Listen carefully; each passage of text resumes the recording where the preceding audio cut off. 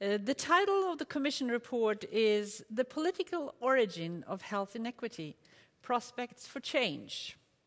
I now have the pleasure of handing the reins to Jon Arne Røttingen, who will be chairing the panel debate discussing Reaching Globally Beyond the Health Sector. So please, Jon Arne, the floor is yours. And first of all, I would really like to congratulate the University of Oslo, the commissioners, with the Commission report. And indeed, I'm looking forward to reading the Youth Commission report as well. I understand the youngster didn't beat you on time, but we will see the content. That's great. I would like to introduce the panel, the panelists. So please take seats with me. You know who you are, and I will introduce you. Because I counted, and what we have here in the panel is actually one former health minister, one former member of parliament, 2 commissioners, 2 professors, 2 former director generals of health, 2 chairs of ongoing existing international health committees, 2 former UN staff members, and we only have 5 panelists. So it's quite impressive. And in a way, in their minds, in their hands, and I guess also in their hearts, these are true kind of global health diplomats and true global health experts. And we look forward to their discussion on the report, because now we move into the discussion phase. And I will introduce each one of them briefly when going. But the students reminded me that I guess we all either are or at least should be students at heart. And 20 years ago, I was a medical student here at this university. And both Richard Horton and Jonas Støre has commented on climate change. It's not only the health of the humans, but the health of the planet. And actually, 20 years ago, there was a group of students, together with 2 recently appointed professors at the University of Oslo. We formed a study circle, we called it, or a working group, called the Patient Earth. So the 2 new professors was Per Fugelli, who was just kind of moved from the University of Bergen, and Staffan Bergström, the first professor of global health here at the University of Oslo. And I remember one equation from my medical studies. And that equation is the equation from Per Fugelli. Health equals biology times culture times politics to the power of 2. And in a way, I guess that's the main message of this report. The politics to the power of 2. It's important. And what I really would like to address with the panel first is how would you reflect on the ideas and perspectives now in this report? And we would like to start with the 2 commissioners. First, Sakiko Fukuda-Parr. She's a professor of international affairs at New School in New York, a specialist in development economics, have a background from UNDP. So please, Sakiko. Well, thank you very much. It's very exciting to be here. And I would like to continue the response to the question that was raised about the 2015 agenda. And as was already said, we didn't want this report to be this kind of time-bound thing about a particular debate that's going on.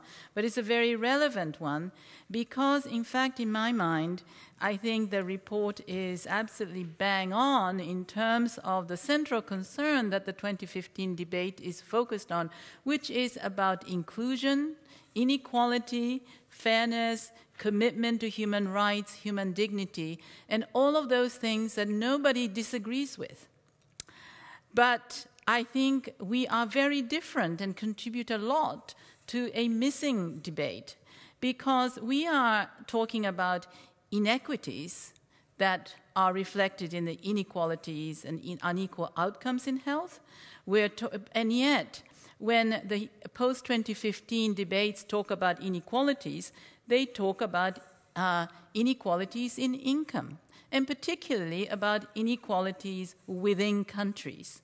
And so our report is also about international cooperative action, international cooperation amongst states in order to solve urgent problems of health and many other things that cannot be dealt with by single nations on their own.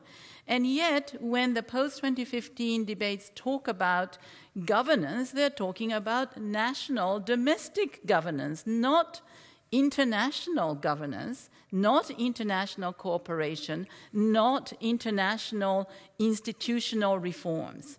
So now, thirdly, we are talking about the dysfunctions in international institutions.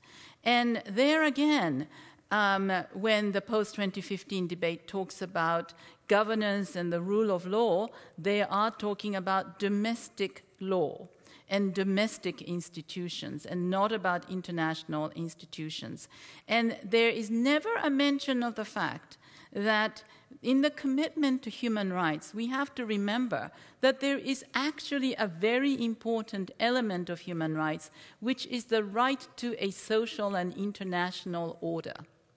And there is a clear statement in the Universal Declaration of Human Rights that there is a right to a social and international order within which individuals can enjoy the right to health, the right to education, the right to political participation, all of the civil, political, economic, and social and cultural rights.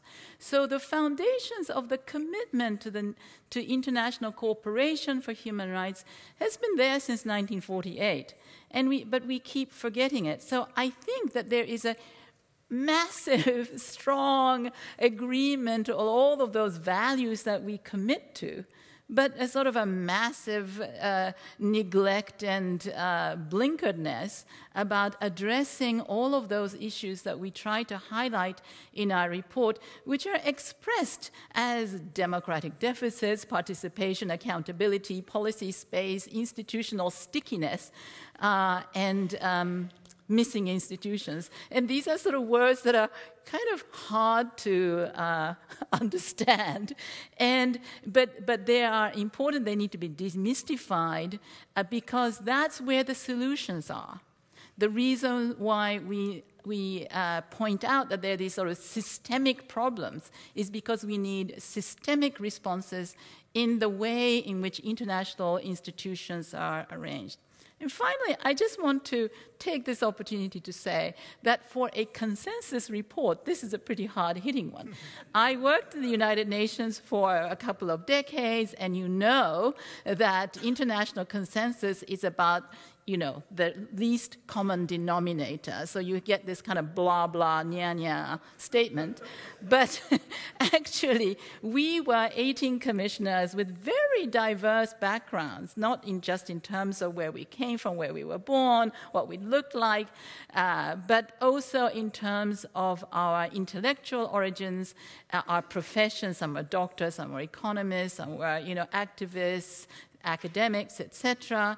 But what was, I think, quite astonishing was the energy and the enthusiasm that we got to the commitments that we highlighted about the political origins of health inequities. And I think that for those of us who came from such diverse backgrounds to come to this political consensus was actually very important. And I want to highlight that this is not a business as usual proposition. It's very much a radical change agenda. Thank you. Thanks, Kiko. And we already heard that Ayandanat Saluba from South Africa, he will not disagree with you because it's consensus. But I'm sure you will offer additional comments. You are executive director of one of the largest health insurance funds in South Africa, but you have a long-standing public service background with being both, for a long period, Director General of Health and then a Director General of Foreign Affairs. So really in the midst of this topic. So please.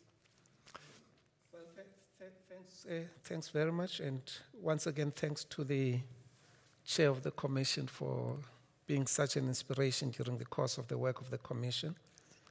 And to me, really, I think in addition to what Sakiko has just said, I think what stands out in the report of the commission, first of all, is to be very categorical about the need for us to confront the reality of global power asymmetry as an issue that challenges us to look at the task of what we want to do as something that has to be against the backdrop of that reality. That is the first point. And that what we need is to forge practical strategies that take into consideration that real practical reality that all of us, especially coming as I do from the context of developing countries and the continent that's relatively, up to very recently, relatively marginalized. So that reality, it's very important for us to put very, very clearly on the table.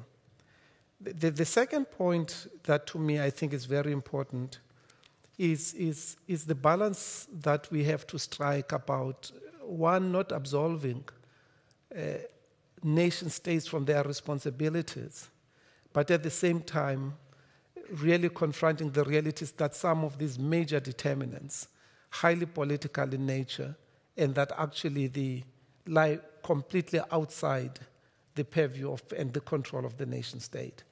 And that raises very fundamental questions, especially in the context of small emerging states, about what then are the practical strategies to engage in this bigger stage, essentially, to try and open up the space.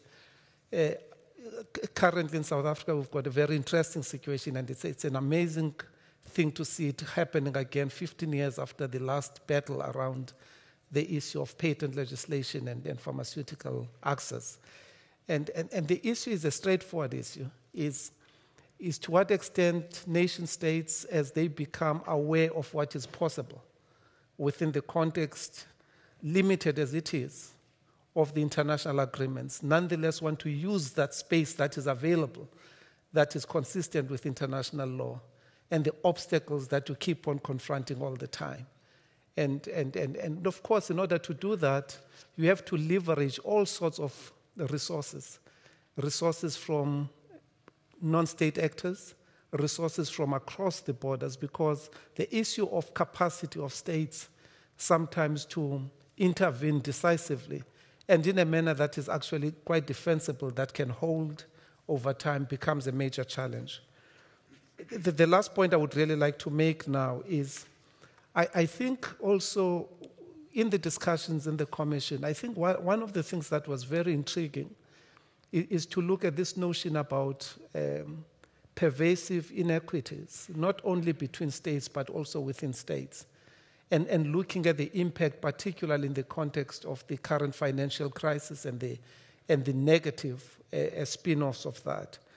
And of course, the possibilities, the space that opens for alliances across borders to really deal with something that people might have been complacent at some point, never thought that it would confront them in such stark ways as it does currently. And that certainly opens up space for these alliances. And I think it's something that I think the Commission tried to highlight. And maybe the last point, having served, as said, in health and also in foreign affairs, I'm always amazed at how a lot of these things have got strong political roots. And sometimes, if there is one big battle to fight even within our own countries, is actually to broaden the horizons of health ministers, for health ministers to understand the limitations of being ministers of health, at the same time the possibilities that are there if ministers of health understand exactly what they have available and strategies that they have to employ to marshal all the possible support from their colleagues. And at the heart of this is the need for health ministers to be good articulators of an agenda, but not cling to the agenda. Take the agenda and make it a far much more shared agenda, because if you are able to do that, then it raises the possibilities that what you start will be continued beyond your term. And we've seen too many of these initiatives, very good initiatives, fall apart just because the champion was there, very strong, very clear, but failed to make others, especially other cabinet colleagues, own this very important agenda. Thanks. Thanks for those reflections, Ayanda. Very, very useful. And we've heard from the two of the believers, I guess, two of the commissioners. Then we have 3 critical readers. And we'll start with Ilona Kickbush, who's the professor and the director of the program of global health at the Graduate Institute in Geneva. Please, Ilona. Well, it's hard to be critical of a report that starts with a quote by me. So.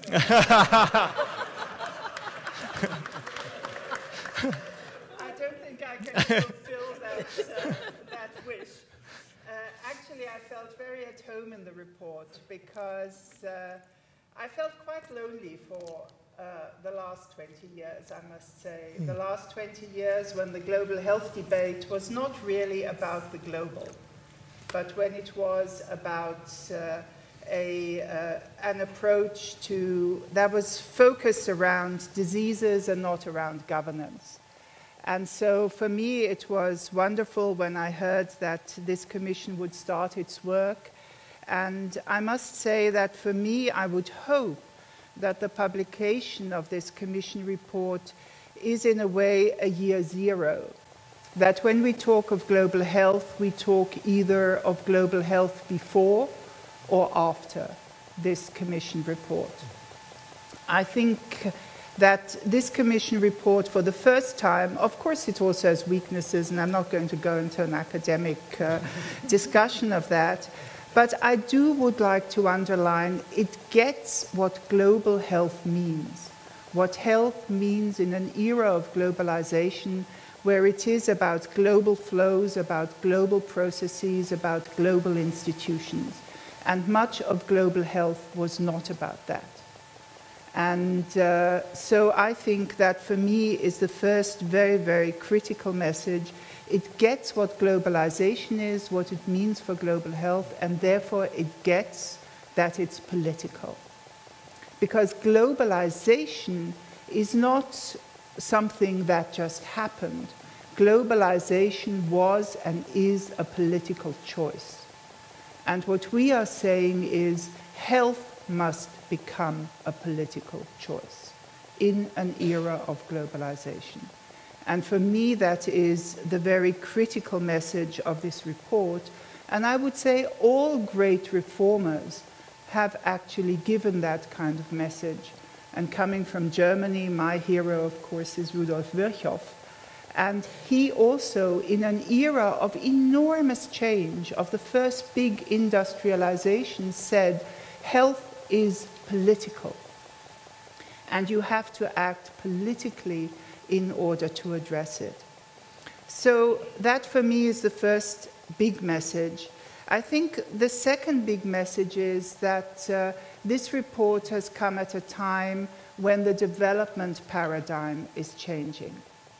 When we're starting to understand that we need a new debate on poverty, that first of all, the levels we've set for poverty are not adequate anymore, but also that less and less we talk about poverty in terms of poor countries, but that we have to face the challenge as a global community about poverty being about poor people, actually, in many cases, in countries that are growing very, very rapidly.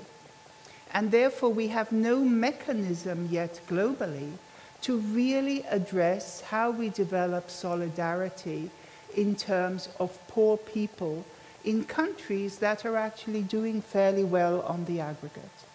And there, I believe health can be a spearhead in a way. If you remember, as Jonas Dore said, health in so many cases has been the innovator in the global arena.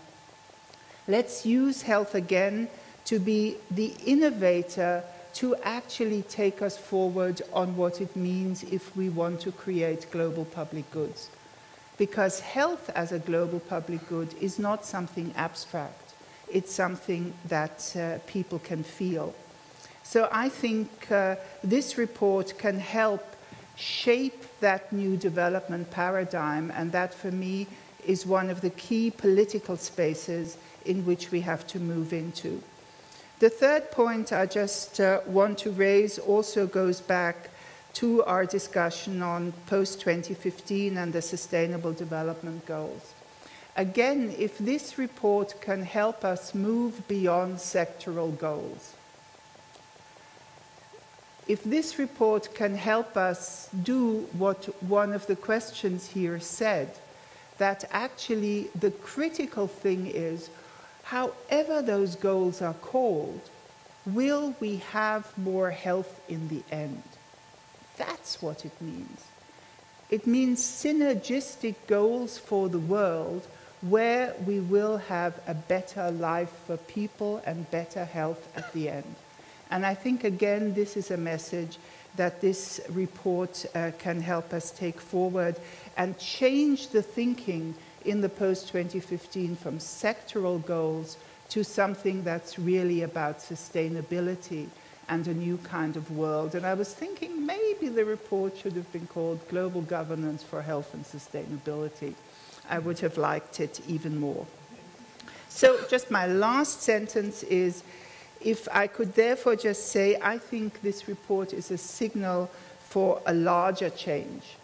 And if, as Jonas Store said, it sets a new norm for health at the forefront, then this is not just about a change for the health community. It's really how, as a global community, we move from a system of charity to a system of rights and solidarity. Thanks a lot, Ilona. And I'm sure that the commissioners and the university really appreciated that before and after kind of thinking. That's great. And you also, in a way, you used a nice bridge towards Bjørn Inge Larsen, our Permanent Secretary General in the Ministry of Health and former Chief Medical Officer and former member of the Executive Board of the World Health Organization. Because you, Bjørn Inge, you really worked on kind of health in all policies perspectives and looking at health as an outcome instead of as kind of a health sector as an instrument, which Ilona just mentioned. And you are at heart with the NCDs. You don't look like that's a problem for you, I know, but you are really engaged in that issue. Please, Bjørn Inge. Well, thank you, Jon Arne. And I would also like to congratulate the university and Lancet with the report. Maybe I can reflect on the report with the perspective of Norway, which is a privileged and rich country. Can someone help me with the sound? Does that? So that helps. Okay. So I did some congratulations part. I won't do that again. But I thought I'll reflect on this report with the perspective of Norway. We have had a tremendous development of health over centuries and decades, not based on changes in the health sector, but based on the improvement of wealth, the improvements of education, a fair distribution of democratic rights and power. But still, even in this country, which is very well managed and strong democratic institutions, we are outcompeted by the powers of global processes. We're outcompeted by the powers of the market. We have been through a megatrend epidemic of tobacco, starting with high educated people in US, moving to Europe and to Norway, leaving us now as we have sort of been fighting in this country and in the Western world, leaving us, but increasing in the poor world as the tobacco industry is getting even more aggressive with their products in these countries. We are now in another megatrend epidemic of diabetes, hypertension, that is based on nutritional elements. And while we have the opportunity of moving into the healthy segment of the food, we can see that the food industry is then sending the fat, the sugar, and the salty food to the poor economies of the world, which is really detrimental for health. And it's important for us to understand this is not market failure if you look at it from the market actors. This is the market. This is what it is. And who are to take that? And that has to be the nation states. We have to have the nation states to take a role in looking at all these insufficiencies. And then, I mean, even in this country, we have to accept that we have passed document after document on public health policy, looking at the cross-sectoral perspective of public health. But even within Norway, it is really difficult to have a cross-sectoral approach to public health. Jonas stated that as a foreign minister, he wanted to be a health minister. But it's hard to have the finance minister being a health minister. It's hard to have the minister of law to be a health minister. So when the Commission call for the global institutions to have health as a perspective, we have actually to start with the nation states, because we have to be able to do that within our countries before our actors can go there on the international arena and make sure that the international institutions are behaving accordingly. Thank you. Thanks, Bjørn Inge. And you mentioned the tobacco epidemic, because in Norway we have something before and after. That's before and after Dagfinn Høybråten. He was very unpopular when he instituted a new legislation regarding smoking in bars and restaurants, but become very popular afterwards because everyone has seen the impact. Dagfinn is now the chair of the board of one of the big successful global health initiatives, the Gavi board, and you're Secretary General of the Nordic Council of Ministers. So please, Dagfinn. Thank you very much. Can you hear me? Yes. First of all, let me say that there was not before and after. When it came to the tobacco reforms, it was actually me standing on the shoulders of people that had gone before me, and Tove Strand is one of them who is present here today. And I share that honor with her, although at the moment when we introduced the ban on tobacco or smoking in restaurants and bars, I was sharing the burden of introducing it.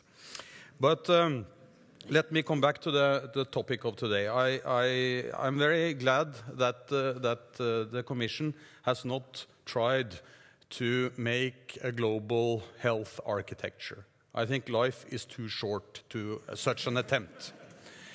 But you have pointed out some very, very important points.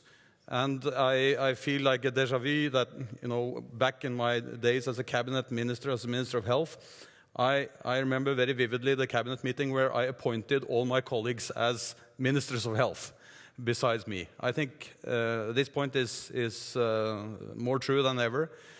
Solutions outside the health sector itself needs to be put up front. At the same time, I think, and I think in the days we are living now, with a paradigmal shift in development, not only in global health, I would like to make one point which to me is very important, and it comes out of the tradition I have lived in the Nordic countries, and that's the point of social contract. I think in a phase where economies of the South are growing at a speed we have not seen before, it's a question of really creating that ground for the social contract, which links together the social rights, the health rights, with the economy of the nation, with the tax base, with efficient tax collection. And I think that the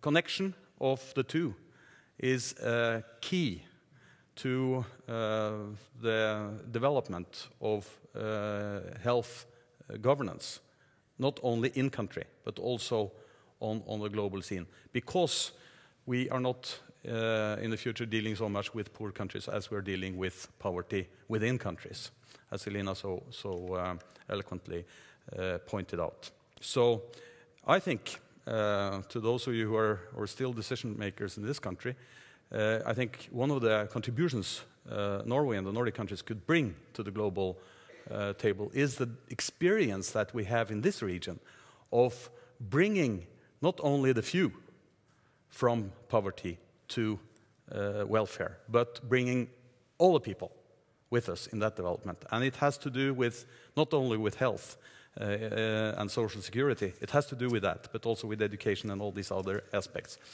I think that's really would leave a legacy and could inspire the development going forward.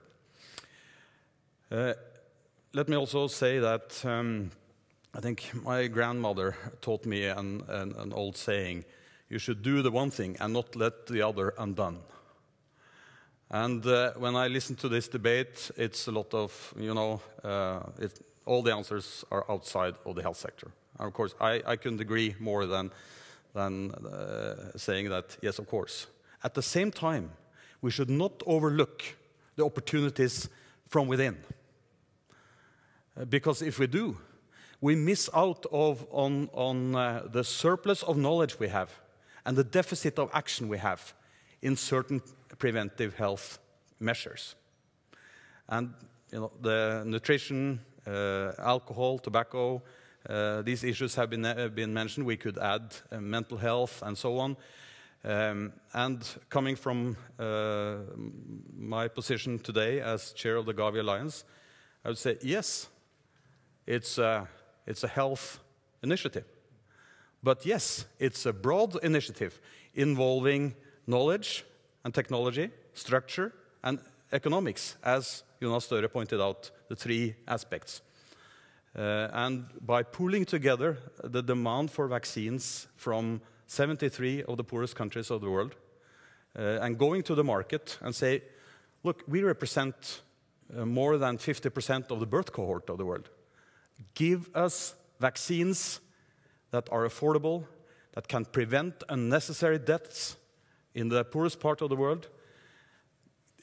Stop the very unjust practice of introducing new vaccines to the part of the world where the purchasing power is highest first, and then wait 15 years until you do it in the poorest countries. I'm happy to say in the last decade, a little more than a decade, this has totally changed the vaccine market. New players have come up. New competition patterns has arisen. The market has been used. We have been able to, in many ways, to correct the market failure. That the demand is for these vaccines is most extensive in the parts of the world where the purchasing power is the least. So by correcting this, by using the market, by shaping the market, we have been able to change the game in this field. And you looked at the metrics of reduction of child deaths under 5. I believe Margaret Chan has said that about half of it is due to vaccines. So the initiative taken by Mrs. Brundtland and Bill Gates and some of the people who have been representing in different ways here back in 2000 has literally saved 6 million children's lives. So let us not miss out on those initiatives coming from within, but let us think broadly, involving all stakeholders on a multi-stakeholder platform, as it says in the report, and working together for reforming governance, and at the same time not letting undone what can be done when we know what we know and we have the technology available as we have.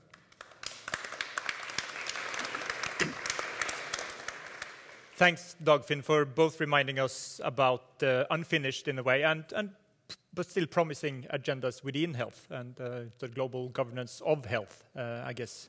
But coming back to the global governance for health and the broader agenda, we are being watched by others in the world, and we have got some questions in from Twitter. And utilizing social media is important, but I think connections are also important. And actually, one of the questions are from one of those in the hall, and that's Katerini Storeng. You posted a Twitter question, and I would like you to actually address it. But I think just before, by introducing, please so give her a microphone if possible. The point, I guess, was that Dagfinn also mentioned Jonas Støre's thinking on using markets and correct them when they are failing. But you, Katerini, you are also pointing towards that's with an economic perspective, with having the economic bottom line but how can we make health a bottom line? That's at least the Twitter question. Maybe you can elaborate on that. Right, thank you. I wasn't sure which question you were referring to, as I asked several. Stand up? Yeah, right, thank you. I just said I wasn't sure which question you were referring to, as I asked several. But it was when I read the editorial in the newspaper this morning that I was thinking about that, because actually the message about making health the bottom line has been reiterated many times in history, as we've heard. And so my question was really, what is this commission going to do to make that message heard? And I think a related question that I asked later on is, how is a commission report that's published in a medical journal, The Lancet, going to be disseminated beyond the health sector? How are we going to make sectors outside of health listen to this message, to avoid it being just sort of swallowed up by history again? Thank you. Thanks, Katerini. And I guess then we're coming from, actually, now we have established a platform where all of these panelists, they agree on the platform. But the key issue is then how to turn that into politics and turn it into implementation. So I would really like to hear your views and ideas, I guess, on both on some of the recommendations in the report, but also whether you have additional recommendations on this. Ilona just referred to Rudolf Virchow. He's a physician, he was a physician and statesman, and he said that medicine is a social science and politics is nothing else but medicine on a large scale. So that's really kind of a very imperialistic kind of perspective of medicine. But he also said something. He said that the role of medicine and sciences, I guess, is to define the problems and come with some theoretical solutions. And I think that's the job you've done in the Commission. But then the role of politicians is to find the means of their actual solution. So, who would like to go first with the actual solutions? Ilona, you have quite recently actually suggested 2 things I read on the blog. You have suggested a commission on the financial and commercial health environment, and you also suggested a high-level independent panel on health impact. How do those ideas, can they relate to the work of the commission? Well, I'd like to touch on what was said earlier. I don't really believe in, constructing edifices of global health architecture. What interests me, how do you get a dynamics for change going? And a dynamics for change is, of course, pushed forward on the one hand by people through social movements, through the kind of things we've heard about here, but it's also pushed forward through better information, better data, knowing how the world functions. And taking up the point raised around the economy of the non-communicable diseases, and what I sometimes call the commercial determinants of health, I feel we do not know enough about it. And we don't know enough about the health economy in our global societies. If you sort of read the economic pages of the newspapers, you start to read that the health economy, the health industry, the larger health industry is one of the largest global industries, of at presently around 6.5 trillion US dollars, set to grow because rightly countries are expanding their health systems, we want them to, set to grow to about 10 trillion over the next years. So the question is, if we want to do the kind of things that we are saying here, we've got to understand what's happening here, because that's also a cross-border industry, and we've got to prepare countries to be able to respond, to partly, structure those flows, respond to those flows, etc. So that's why I've suggested a nice follow-through on the macroeconomic commission would actually be a commission that helps us understand what's actually going on economically, both pro and against health, because there's the non-health flows, but also all of that. And at the same time, I think what we do need to create is to have a better understanding of the impact of political choices that are being made here and now. And I forget which speaker it was, but referring to the regional and bilateral trade agreements that are underway now, for example. I think there needs to be a mechanism where key negotiations that are being conducted in the global and regional arena are actually subject to such critical impact analyses. And I believe and these two things, I think, could start a dynamics within the global arena that I hope would lead to additional change. I was almost thinking of saying that now you were a professor, because professors tend to end the papers with more research is needed in my field. But no, you were not, because I just tended to say that. Your point was that actually the power of information and evidence is an important driver in its own right. And coming back to the Commission, you have proposed, and I would like to hear your views on this, Ayanda. You have proposed an independent scientific monitoring panel, in a way to provide that sort of health impact information, health equity impact information. Well, I think that comes back again to the dynamic between the global and the national, in a sense.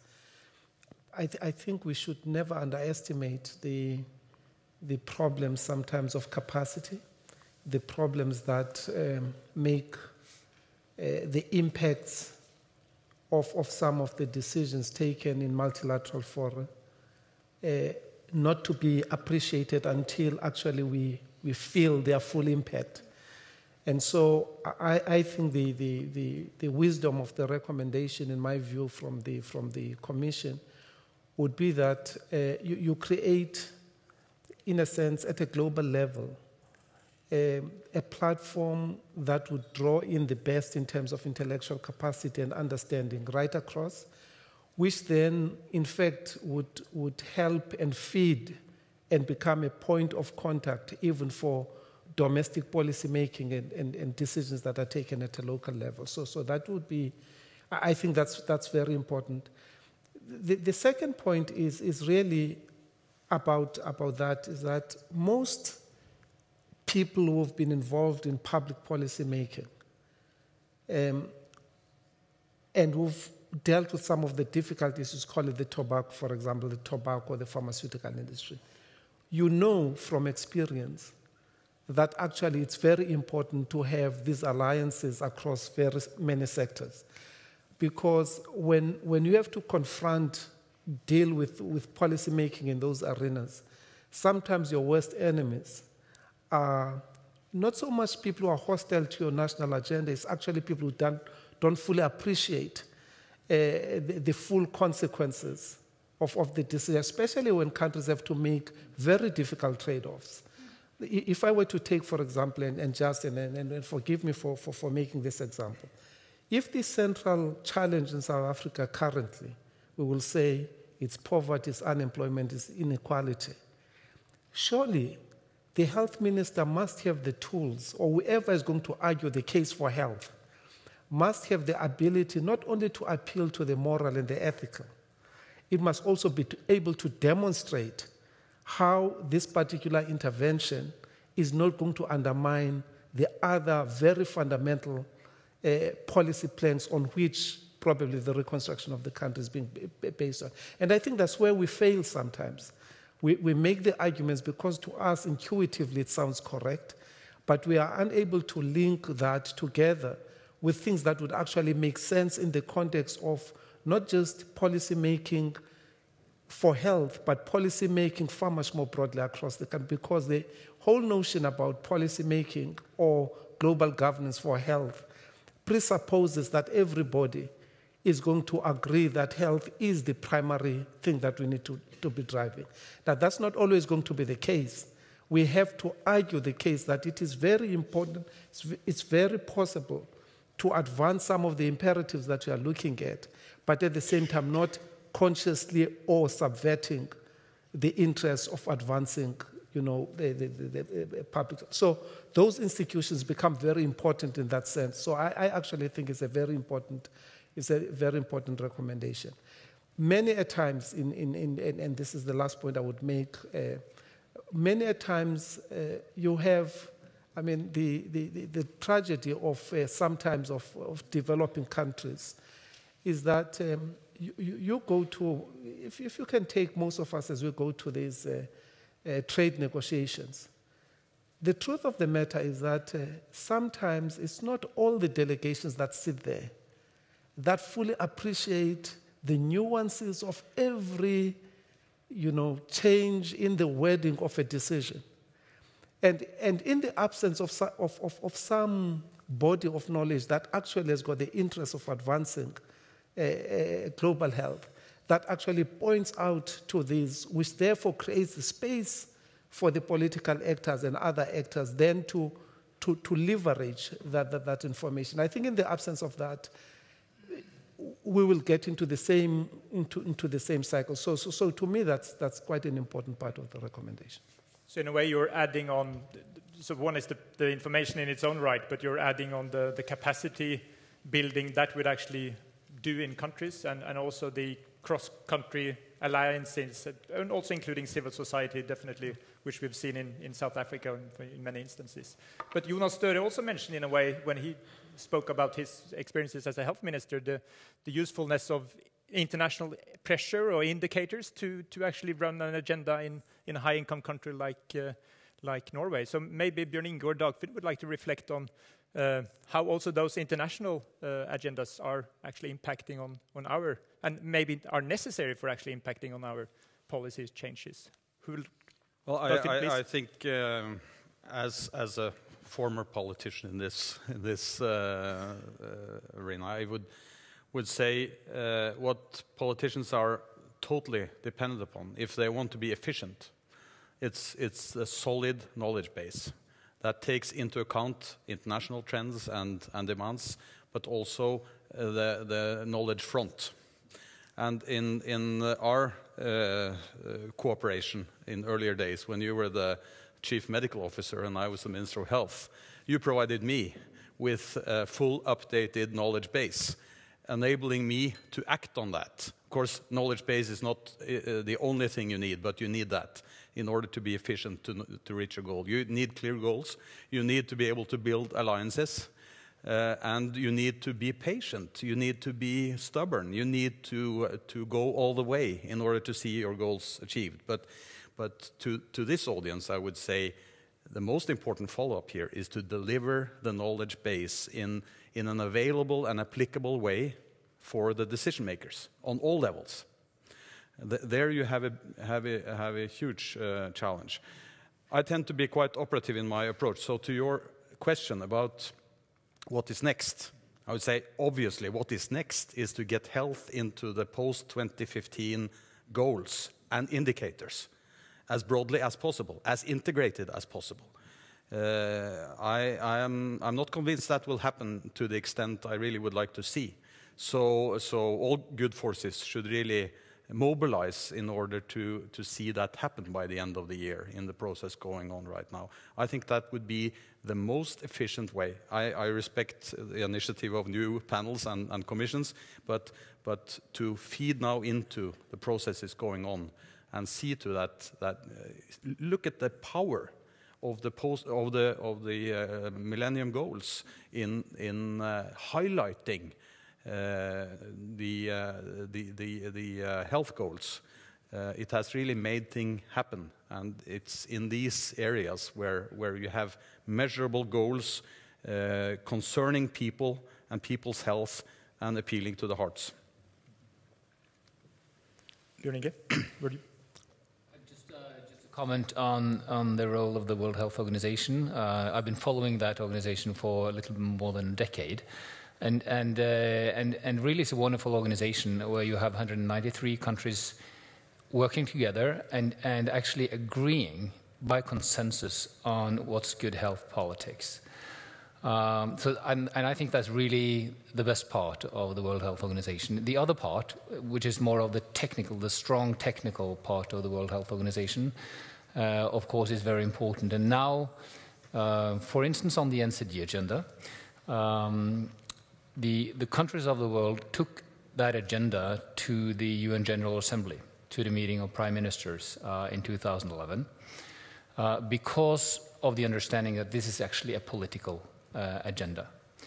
And the UN General Assembly then requested the World Health Organization to hold on to it and to create statistics, targets, action plans.